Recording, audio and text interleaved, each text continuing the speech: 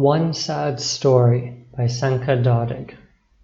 One smart, good, and curious boy decided to know the world. He wanted to find out about all its treasures and keep them forever in his soul. He wasn't sure whether to go first to the sea or in the mountains. What was better? Nobody could tell him. So he set off towards the sea, pure-hearted and with great soul. So great that it almost filled his entire being. He left behind the blossoming fields and streams, groves and ponds, green meadows and fog over them, and one great storm.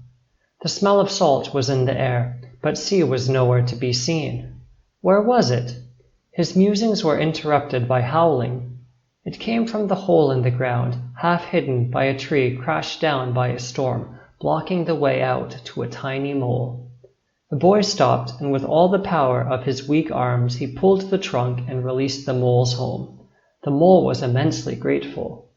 "How far is the sea?" asked the boy. "Oh, you are very near. It is right there behind the hill," the mole signaled, turning his head. The boy thanked him and proceeded whistling cheerfully. Indeed, as he passed by the hill, the sight that appeared in front of him took his breath away. The sun was setting in the west and spreading its last rays, painting the sea carpet in red. The boy stood admiring the scene a few moments, then started jumping for joy, hugging the pine trees and dancing with their branches. He decided to spend the night sleeping in the foothill.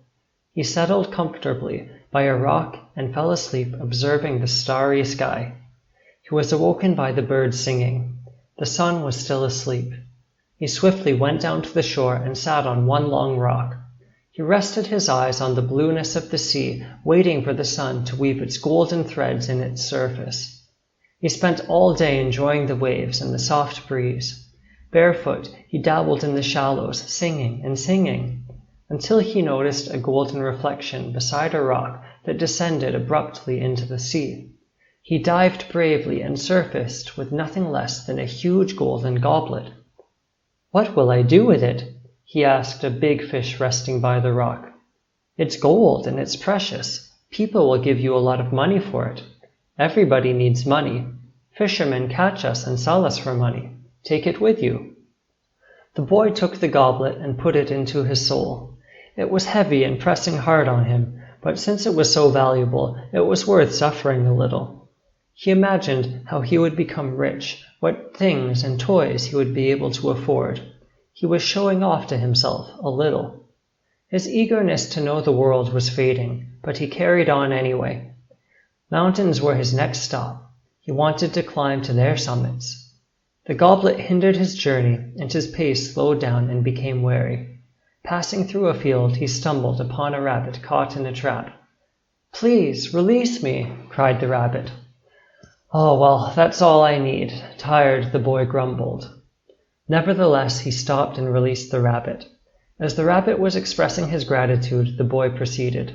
His soul could barely carry the big goblet, and he moaned repeatedly. It was becoming colder, so he guessed the mountain shouldn't be far away. Indeed, soon it started snowing, and the path became steeper. He climbed for hours on end to the top of the mountain. Panting, he stopped to calm his breathing and closed his eyes.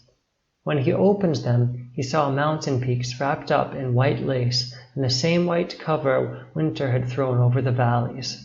Its ice-cold breath had frozen the creek, and its fall was glowing in unreal whiteness. Snow crystals glistened like diamonds in that soft skein of whiteness. Nothing disturbed the silence of the mountain, as if time had stopped. Yes, the sight was amazing. But the boy didn't rejoice as much as he had at the sea. He didn't jump or sing of joy. His soul was tired from carrying the goblet. He was just turning to go back when he stumbled over a stone. He lifted it and looked at it carefully. It was beautiful, glowing in all the existing colors. "What is this?" he mumbled under his breath. "What will I do with it?" An eagle screeched from the mountaintop. "It is a rare mountain jewel. People will give you a lot of money for it. All the people want money. They catch us and sell us for money. Take it." The boy took the jewel and put it inside his soul beside the goblet. all the things he would be able to buy, he was thinking. But the jewel was strangely heavy, and he moved with great difficulty. His soul was overloaded. The boy could barely breathe, but not for a moment did he think of leaving his treasures. He tried to walk down the mountain, but his burden overturned him and he rolled down to the bottom. There an old man was lying, gasping. The boy stood up with effort, and the old man asked him to help him get to his cabin. His legs were feeble and were not serving him as well as they used to. But the boy was in a hurry to reach the town and exchange his treasures for money, and tired as he was, he had no wish to drag that old man too. I myself can barely walk, thought the boy, and trailed towards the lights of the town. The lights were more distant than he had first thought. I will have to stop for the night, he said to himself. Before the night drew its blackness, he managed to find a snug and soft shrub and let himself be conquered by sleep.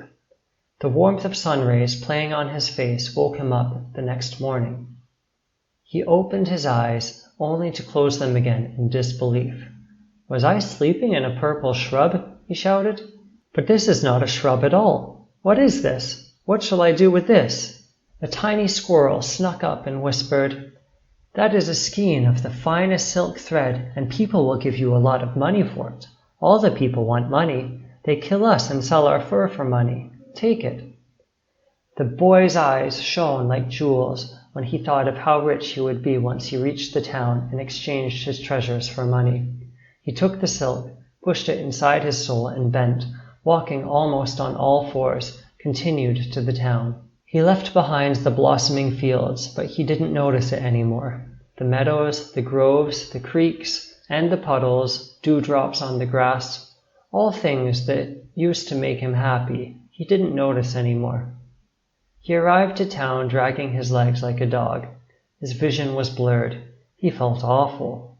His soul was dying, and suddenly he realized what it was he wanted to exchange his treasures for. He found an old merchant, took his treasures out, and his soul, as he had foreseen, was languished. He could barely discern the merchant's words. Do you wish to buy something? How can I help you? In a hoarse voice that didn't nearly resemble his, the boy replied, I wish to buy a soul. I wish to laugh with the wind, sing with the sea waves, and dance with the trees. I'll give you all my money. Just tell me where I can buy a soul. I'm sorry, said the merchant gloomily. The only person that could have helped you and given you a new soul was the old man living in the cabin at the bottom of the mountain. But, unfortunately, he was found dead last night in the snow. My dear little ones, if you wish to travel the world, you should know that with less baggage it is easier. That way you will keep your soul.